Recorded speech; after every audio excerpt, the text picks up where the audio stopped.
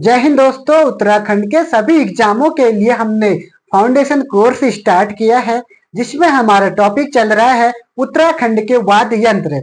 जो हमारा पहला टॉपिक था उत्तराखंड के सांस्कृतिक तत्व, जिसका हमने फाउंडेशन कोर्स शुरू किया है, उसी के अंतर्गत हमने उत्तराखंड के लोकगीत को कवर कर चुके हैं और अब हम उत्तराखंड के लोक वाद्य यंत्र को कवर कर रहे हैं और इसमें हमारी आज सेकंड क्लास है। ठीक है, उत्तराखंड के वाद्य यंत्र, ये डेफिनेशन हमने देख ली थी।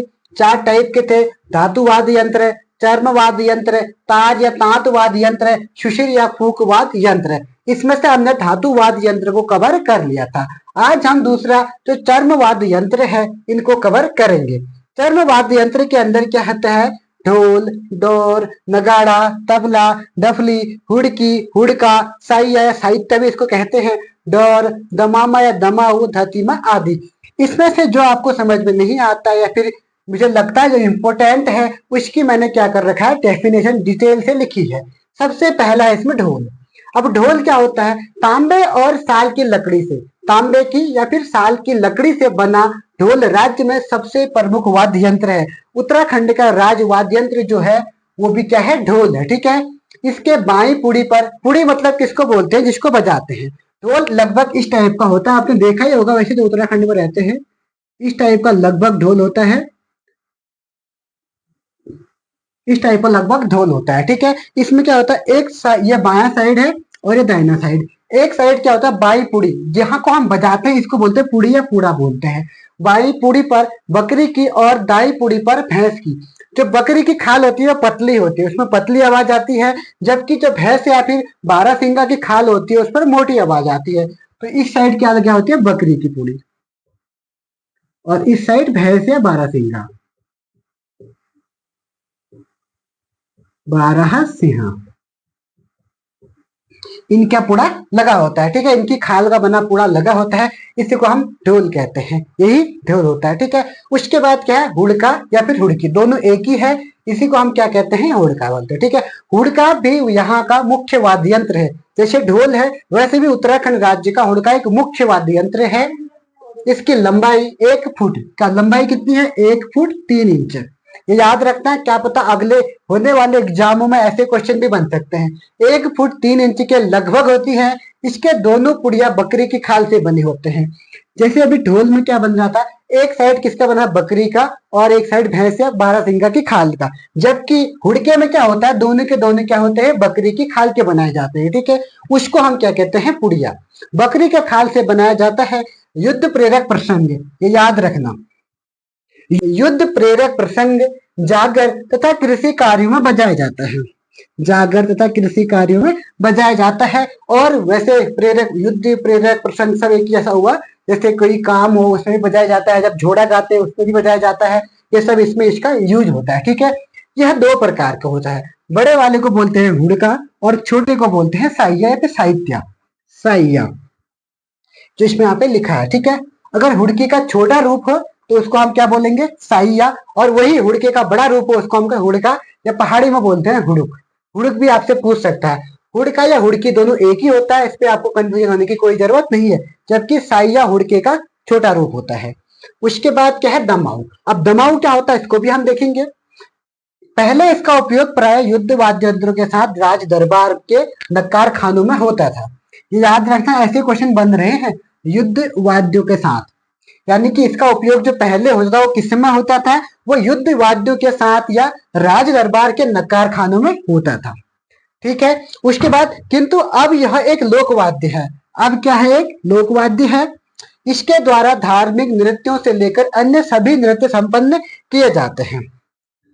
ये इस टाइप का होता है, जैसे ना मैं बताता हूं आपको, ये ऊपर से ऐसे बजाने वाला होता है। ये क्या होता है? दमाऊ टाइप का। ठीक है, इसके ऊपर से बजाया जाता है। जैसे ढोल का, जैसे इसकी जो खाल बनी होती है वो मोटे को होती है, जैसे भैंस या बारहसिंगा की होती है दमाऊ की। ठीक है, अन्य नृतकों से लेकर अन्य सभी नृत्य संपन्न किए जाते हैं। ढोल के लिए प्रत्येक ताल में दमाऊ का सहयोग सर्वथा अनिवार्य है। जब ढोल बजेगा तो इसके साथ ही क्या बजता है? दमाऊ बजता है। ठीक है, दमाऊ या नगाड़ा भी इसको हम कह सकते हैं। नगाड़ा अलग होता है, उसको भी बताऊंगा। तो ढोल के लिए प्रत्येक ताल में दमाऊ का सहयोग सर्वथा अनिवार्य है, यानी कि जरूरी है कि जब ढोल बजेगा तो इसके साथ दमाऊ बजना जरूरी ही है। ठीक है, तो हमने दमाऊ कवर किया, हुड़का या हुड़की को कवर किया, ढोल कवर किया और साहित्य कवर कर दिया।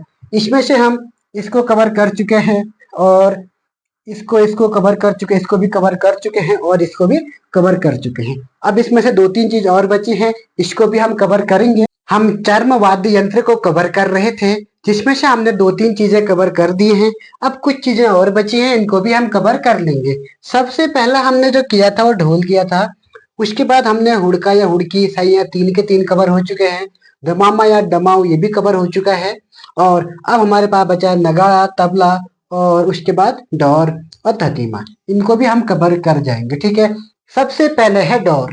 डोर क्या होता है? डोर थाली, डोर या डमरू यहाँ का एक प्रमुख वाद्य यंत्र है। डोर किसको बोलते हैं? जैसे आपने देखा ढोलकी, ढोलकी टाइप की सुनी है, ढोल का छोटा आकार ढोलकी कहते हैं। ठीक है, अब वो बनता कैसे है उसको हम देख लेंगे। ठीक है, जिसे हाथ या लाकुड़, लाकुड़ मतलब होता है लकड़ी से, लकड़ी से तथा थाली लाकुड़ यानी कि थाली की लकड़ी से डोर से सौम्य बनाकर बजाया जाता है। जो लकड़ी होती है, लकड़ी को भी एकदम मुलायम बनाया जाता है और उससे फिर उसको बजाया जाता है। डोर प्रायः सांदड़ की ठोस लकड़ी, सांदड़ एक लकड़ी होती है, ये भी पूछ सकता है। ठीक है, सांदड़ की लकड़ी एक पेड़ होता है इसी की लकड़ी से, कि ठोस लकड़ी को खोखला करके, जैसे ढोल बना होता है वैसे ही खोखला करके बनाया जाता है, जिसके दोनों ओर बकरे की खाल चढ़ी होती है। दोनों ओर क्या होती है? बकरी की खाल चढ़ी होती है। चर्म वाद्य में डोर ही एक ऐसा वाद्य है जिसे कंधे से नहीं लटकाया जा सकता है। आपसे ये पूछ सकता है कि चर्म वाद्य यंत्र में कौन सा ऐसा यंत्र है जिसे कंधे से नहीं लटकाया जाता है? तो वह है डोर, या फिर इसको कह सकते हैं हम ढोलकी। ठीक है, अर्पितो दोनों घुटनों के बीच बजाया जाता है। इसको दोनों घुटनों के बीच में रखा जाता है और इसके बाद इसे बजाया जाता है। डोर से प्राय गंभीर नाद निकलता है। गंभीर नाद का मतलब होता है अच्छी आवाज। ठीक है, एक बढ़िया से आवाज निकलती है जो रौद्र तथा लोमहर्षक, रौद्र तथा लोमहर्षक होता है, कि खुशी का अच्छा लगता है, जिसको देखकर लगता है कि बहुत अच्छा लग रहा है करके। ठीक है, और इसे जागर में भी बजाया जाता है। याद हुआ आपको क्या हुआ? जैसे ढोलकी क्या होती है ना, या फिर इसको जिसको हम डोर कहते हैं, एक छोटी जो है ढोल, वो हुआ ढोलक, ढोल जिसको हम बोलते हैं। ढोल का एक छोटा रूप ढोलकी होती है। ठीक है, उस किस लकड़ी का बना होता है? सांदड़ की लकड़ी को, और इसको गले में नहीं लटकाया जाता है। 2-3 बातें आपको याद करनी होगी, क्योंकि जो भंकोरा वाला क्वेश्चन वो भी यही से पूछा गया था। तो क्या पता अगली बार कुछ इनसे पूछ ले तो आप इनको भी तैयार कर लें। अब उसके बाद हमने यहाँ पर डोर भी कवर कर लिया। धतीमा भी एक ऐसा ही वाद्य यंत्र होता है। धतीमा केवल आप ये याद करना कि धतीमा चर्म वाद्य यंत्र होता है, बस इतना ही आपको देखना है। ठीक है, उसके बाद फिर क्या है? तबला। तबला भी आपने नॉर्मली देखा ही होगा, तो उसको पढ़ाने की जरूरत है नहीं। नगाड़ा और दमाऊ दोनों लगभग एक जैसे ही होते हैं। ठीक है, चाहे नगाड़ा बोले चाहे दमाऊ बोले, दोनों एक जैसे ही होते हैं। तो मैंने आपको दमाऊ कवर करवा दिया था, तो अब इसलिए नगाड़ा नहीं करवाता हूँ। ठीक है, अब बचा हमारा डफली, लास्ट बच गया दफली। इसको भी हम कवर कर लेते हैं। यह थाली के आकार का वाद्य है, जिस पर एक और पूरी खाल तथा चढ़ी होती है और उसके फ्रेम घुंघरू भी लगाए जाते हैं। जैसे आपने देखा नहीं होगा, गोल टाइप का, इस टाइप का होता है। ठीक है, यहाँ पर ऐसा गोल होता है, यहाँ पे एक साइड इसको पूरी लगी होती है, मतलब पूरे का कोई किसी खाल वाल, और इसके साइड में ऐसे घुंघरू लटके होते हैं इस टाइप के।